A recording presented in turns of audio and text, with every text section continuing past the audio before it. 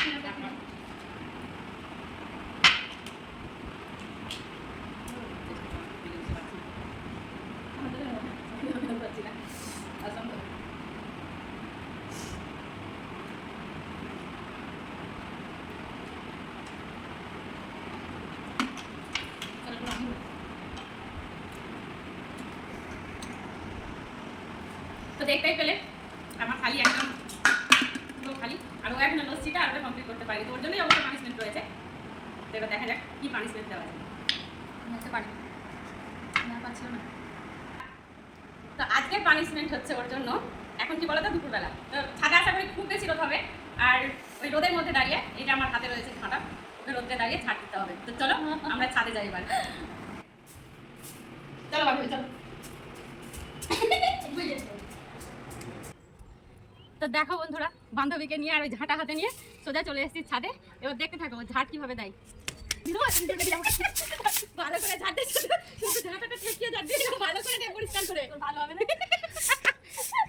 দেখতেই পাচ্ছ বন্ধুরা, এটা পুরোপুরি অন্যরকম পানিশমেন্ট। খালি পায়ে তাও আবার ছাদটা তেতে আছে।